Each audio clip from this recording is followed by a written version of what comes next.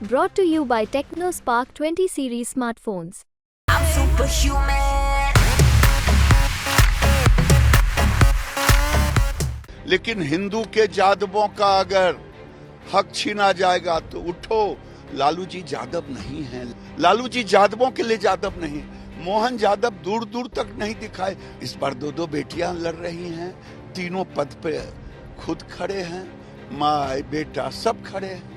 तो ऐसा लग रहा कि लालू जी केवल अपने परिवार को बचाने के लिए जादव हैं, इसीलिए मुसलमानों को आरक्षण की बात कर रहे हैं। केंद्रीय मंत्री और बीजेपी के फायर ब्रांड नेता गिरिराज सिंह का जो चुनाव है बेगूसराय में वो समाप्त हो चुका है और एक बार फिर गिरिराज सिंह पूरे तेवर में नजर आ रहे हैं।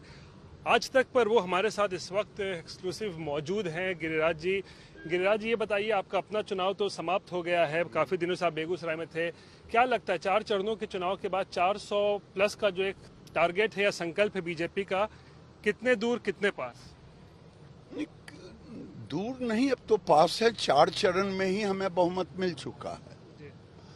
अब जो 3 चरण बचा है ये मुझे 400 के पार ले जाएगा और 400 के पार में कोई कठिनाई नहीं है, क्योंकि देश ने राहुल गांधी, लालू यादव, इंडी के जो भी और ममता बनर्जी जो भी हैं, उनके असली चेहरे देख चुके हैं कि ये देश को मुसलमानों के हाथ में गिरवी रख के भारत को भी पाकिस्तान बनाना चाहते हैं। चाहे मुसलमानों को आरक्षण दे करके, चाहे मुसलमानों का तुष्टीकरण करके। ये भारत को न विकास का मॉडल है मोदी जी जैसा। मोदी जी ने जो कहा कि विकास और विरासत, तो न विरासत पर ये बोल रहे हैं, ये विरासत को तो खत्म करना चाहते हैं। ये लोग तो भारत को पता नहीं क्या समझ लिया है, धर्मशाला समझ लिया है। लालू जी ने ये जैसे लोग, ये राहुल गांधी का तो बात ही नहीं समझ में आता है, वो क्या बोलना चाहते हैं, क्या बोलते हैं। वो तो अभी तक उनको भारत का दशा और दिशा नहीं मालूम है। वो बच्चों की तरह एक बात उठाते हैं, वही बात उठाते रहते हैं। तो राहुल गांधी तो दावा कर रहे हैं कि 150 के पार बीजेपी इस बार जाएगी नहीं, सत्ता परिवार। अब अपना हिसाब किताब लगा लें कि जितना पिछले बार था उससे कितना नीचे आ रहे हैं, उसको बचा लें, यही बहुत बड़ी बात होगी। गिरिराज जी, आप बार बार कह रहे हैं कि चुनाव जब संपन्न हो जाएगा तो उसके बाद सोनिया गांधी हो या राहुल गांधी हो, वो विदेश भाग सकते हैं। आखिर ऐसा क्यों आप बयान दे रहे हैं? इसलिए बयान दे रहा हूं कि सनातन धर्म को खत्म करना चाहते हैं। कर्नाटक में उन्होंने आज हमें यादव, कोयरी, कुर्मी ऐसे लोगों को हमने आरक्षण दिया, वो मेरे सनातन का एक अंग है। क्या आप मुसलमानों को घुसेड़ देंगे? तो तुष्टीकरण तो 52 से नेहरू ने करते रहे और करते करते करते करते इन लोगों का योगदान क्या है? ये दोनों तो कोई एमिनो हैं, कोई सेमिनो हैं। तो इन लोगों को क्या भारत से कमजोरी है? जिस ढंग का ये एक्शन कर रहे हैं, संपत्ति ले लेंगे लोगों का। अरे भाई, संपत्ति ले लोगे छोटे मोटे किसान का, छोटे मोटे व्यापारी का, हम कानून बनाएंगे, हम हटा देंगे फलना धारा, यानी कानून को भी तोड़ देंगे। ये भारत में गृह युद्ध भी करवाना चाहते हैं और मुसलमानों को तहजीब देके भारत को समाप्त भी। अगर हमारा आरक्षण यादव का, कोयरी का, कुर्मी का, अति पिछड़े का, एससी का अगर छीनेगा तो हम क्यों नहीं बोलेंगे? मुसलमान को क्यों आरक्षण देनी चाहिए? अगर मैं तो नहीं समझता हूं कि मुसलमानों को आरक्षण देने की बात है। मुसलमान को तो हम लोगों ने इतना आरक्षण दिया है कि पाकिस्तान में भोजन नहीं मिल रहा है, यहाँ बोलने का आरक्षण है। आजादी है, मतलब आप कहना? हाँ, आजादी है, गाली देने की भी आजादी है। लेकिन राहुल और सोनिया के विदेश जाने के पीछे क्या तर्क है? अरे भाई, जब देश को तोड़ फोड़ रहे हैं, देश में गृह युद्ध करवाने की बात कर रहे हैं और हिंदू को समाप्त करने की बात कर रहे हैं। कर्नाटक में शुरू कर दिया, पिछड़े को शुरू किया ना भाई, ओबीसी बना देंगे मुसलमान को, तो हमारा पिछड़ा भाई कहाँ जाएगा? लालू जी की भले जुबान बंद हो जाए, लेकिन गिरिराज सिंह जैसे लोग, अगर हमारे हिंदू पिछड़ों का हक छीना गया है तो हम तो बोलेंगे। कल अगर बिहार में लालू आ गए तो लालू भी छीन लेंगे। यादव भाइयों से भी मैं अपील करता हूं, कुर्मी, कोयरी, निषाद, सबसे अपील करता हूं, पहचानो ये लोग वोट के खातिर मुसलमानों को तहजीब दें। राहुल फिर कहाँ जाएंगे चुनाव के बाद? अब चुनाव के बाद बुढ़िया बिस्तर लगता है बांध लेंगे, यही दिख रहा है। जो रंग रूप बना रहे हैं उसमें तो बुढ़िया बिस्तर बांधने का ही उपाय है। कहाँ जाएंगे बोरिया बिस्तर बांध? और कहाँ जाएंगे? इटली न जाएंगे और कहाँ जाएंगे? इटली चले जाएंगे। जिस ढंग से ये बिहार में पूरे देश में माहौल बना रहे हैं, उस माहौल से क्या लगता है? अगर भारत के अंदर पिछड़े हिंदुओं को तबाह करना शुरू कर दिए और मुसलमानों को उठाना शुरू कर दिए तो भारत का हिंदू कहाँ जाएगा? लालू प्रसाद भी पूरा आरक्षण की बात कर रहे हैं कि मुसलमानों को पूरा आरक्षण दिया जाना चाहिए। मैं यही तो कह रहा हूं पिछड़ों को, यादव भाई, हम आपस में रहेंगे, अगरा पिछड़ा कर लेंगे, लेकिन हिंदू के यादवों का अगर हक छीना जाएगा तो उठो। लालू जी यादव नहीं हैं, लालू जी अपने परिवार के लिए यादव है। लालू जी यादवों के लिए यादव नहीं है। मोहन यादव दूर दूर तक नहीं दिखाए। मोहन यादव बीजेपी में है। मोहन यादव, लालू जी आप बता दीजिए कि 35 साल में लालू जी ने परिवार से बाहर किसको सम्मान दिया? इस बार भी दो बेटियां चुनाव लड़ रही हैं। इस बार दो बेटियां लड़ रही हैं, तीनों पद पे खुद खड़े हैं, माँ बेटा सब खड़े हैं। तो ऐसा लग रहा कि लालू जी केवल अपने परिवार को बचाने के लिए यादव हैं, इसीलिए मुसलमानों को आरक्षण की बात कर रहे हैं। और मुसलमानों की आरक्षण देने का मतलब है हमारे हिंदू, सनातनी, यादव, कोयरी, कुर्मी, निषाद, अति पिछड़ा, एससी सबको समाप्त करना चाहते हैं। लालू जी ये भी बार बार कह रहे हैं कि संविधान आप लोग बदलना चाहते हैं, 400 सीटें आएंगी तो संविधान बदल देंगे, जो आरक्षण है जो दिया गया है पिछड़ों को वो समाप्त कर देगी बीजेपी। पिछड़े का आरक्षण दुनिया की कोई ताकत नहीं की हटा सकता है, और मुसलमानों का भी आरक्षण अगर 400 के पार आएगा उसको हम होने नहीं देंगे। ये और 400 के पार आने के बाद भारत इतना मजबूत होगा, जो गलतियां नरसिम्हा राव ने की, जो गलतियां नेहरू ने की, उन गलतियों को सुधारेंगे और देश के अंदर जो भारत का विरासत है उस विरासत को फिर से मजबूत करेंगे, चाहे मथुरा हो या काशी हो। क्या करेंगे मथुरा काशी में? क्या करेंगे? 400 पार होगा। अरे भाई, मजबूत होगा तो वहाँ अच्छी बिल्डिंग बनेगी, मजबूत होगा तो हम अपने विरासत को उठाएंगे। 400 पार, अगर 300 पार हुआ, 303 सीटें आई तो 370 धारा ये लोग हटने देते क्या?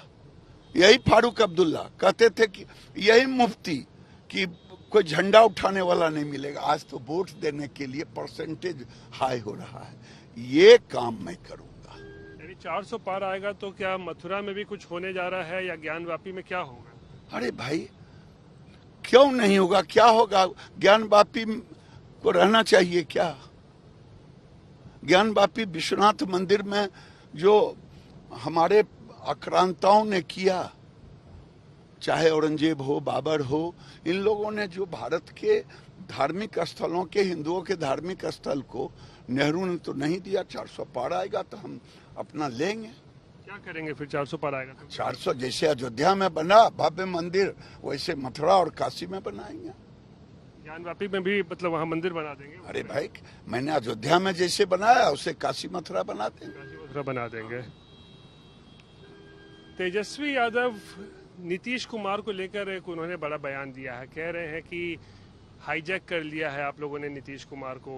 रोड शो में, पटना की रोड शो में प्रधानमंत्री बड़े अच्छे से दिख रहे थे और नीतीश कुमार मतलब नीचे खड़े थे, बेबस लग रहे थे। वो अपना देखे न, खड़गे आए यहाँ प्रेस कॉन्फ्रेंस में और उन्होंने खड़गे को इतना बेइज्जत किया। खड़गे जी को, एक दलित थे, उनको इतना बेइज्जत किया कि भेज दिया मनोज झा को।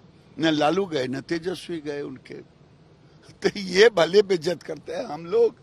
तो नीतीश जी के कारण ही आज देखिए हमारे क्षेत्र में हमें कुशवाहा, कोयरी सब वोट दिया। तो ये नीतीश जी, मोदी जी, ये सब पिछड़ों के, गरीबों के मसीहा के रूप में मोदी जी आज स्थापित है। लालू जी की तरह नहीं कि परिवार को स्थापित करते हैं। तेजस्वी लेकिन दावा कर रहे कि नीतीश जी सिर्फ शरीर से एनडीए में है, मन से तो आज भी वो उन्हीं लोग के साथ है, या इंडी गठबंधन के। क्योंकि जंगल राज को मन से उन्होंने हटाया था 2006 में, आज भी जंगल राज अब नहीं आने देंगे। नहीं आने देंगे। बिहार के लिए क्या आप लोग का एक अनुमान है? मतलब 39 सीटें तो जीती थी, 40 का वैसे आप लोग दावा कर रहे हैं, लेकिन अगर रियलिस्टिक फिगर बोले तो क्या आप लोग का यहाँ पे लग रहा है? देखिए रियलिस्टिक फिगर, मैं आज आपसे एक दूसरी बात कर रहा हूँ। 1995 में हम लोगों ने कहा लालू जी ने बक्सा बदल लिया, उन्होंने ठगा। आज मोदी जी का आशीर्वाद, गरीबों का आशीर्वाद ईवीएम से हो करके निकलेगा, और जिसका अंदाज साइलेंट वोटरों का नहीं है किसी को। मैं डंके की चोट पे कह रहा हूं कि मोदी जी के साथ महिलाओं का, गरीबों का एक साइलेंट वोट है। चाहे छपरा हो, चाहे बेगूसराय हो, चाहे पटना हो या पाटलिपुत्र हो। लालू की दोनों बेटियां जीतेंगी कि नहीं पाटलिपुत्र या सारण से? कभी नहीं जीतेगी, मैं आज कह रहा हूं, क्योंकि गरीबों का आशीर्वाद नरेंद्र मोदी के साथ है, साथ में नीतीश कुमार है। कहां से जीत पाएंगे? इनके साथ है कौन? और राहुल गांधी के बारे में क्या कहेंगे? वायनाड से चुनाव लड़ा और चुनाव संपन्न होने के बाद अब आ गए हैं रायबरेली। कहते हैं कि ये तो मेरी एकदम विरासत की जमीन है, यहाँ से तो मैं जीतूंगा ही, इस तरीके के दावे हैं। अमेठी में भी वही कहते थे पिछली बार, जनता ने नकार दी। और रायबरेली जा रहे हैं। रायबरेली में क्या विकास किया नेहरू खानदान ने? देख लीजिए बनारस, मोदी जी ने जो बनारस का विकास कर दिया। आज राहुल गांधी वायनाड में भी हारेंगे, हार चुके हैं, और वहीं इसीलिए भाग करके आए हैं रायबरेली। रायबरेली में भी हारना तय है। उसी के बाद बुढ़िया बिस्तर समेट के कहाँ जाएंगे इसकी मालूम नहीं। आप तो बोले इटली चले जाएंगे हार के बाद। चले जाएंगे, जरा घूम फिर करके आएंगे, नहीं मन लगेगा तब फिर आएंगे। गिरिराज जी, अरविंद केजरीवाल इंटरिम बेल पर निकले हुए हैं, कांग्रेस के लिए प्रचार प्रसार भी कर रहे हैं, तो केजरीवाल के बाहर आने से क्या इंडिया गठबंधन जो है वो मजबूत हुआ है? देखिए एक चीज रोहित जी आपसे कहूंगा, किसी राजनीतिक दल के पास वोट नहीं होता, वोट तो जनता के पास होती। क्या इस भ्रष्टाचारी को जो अन्ना हजारे का उंगली पकड़ करके भ्रष्टाचार के विरोध में आया था, भ्रष्टाचार में जेल में है, इनको कौन वोट देगा इनके कहने पर?